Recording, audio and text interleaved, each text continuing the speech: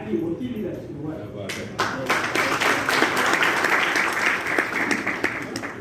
1970 ते 1980 हा जो कालखंड आहे हा तुम्हाला कोणाला काही माहिती नाही आणि तुम्ही विचारत नाही. पण पुस्तकात असं काहीतरी तर ते काहीतरी नको. 1970 ते 1980 मेरे घर के सामने एक फाटका माणूस आणि असं आव्हान देतो बरोबर नाही, पण ती सवय झाली. मध्यंतरीच्या काळात मी आमच्या बारमध्ये निवडणुकीला अध्यक्षपदासाठी हरलो होतो.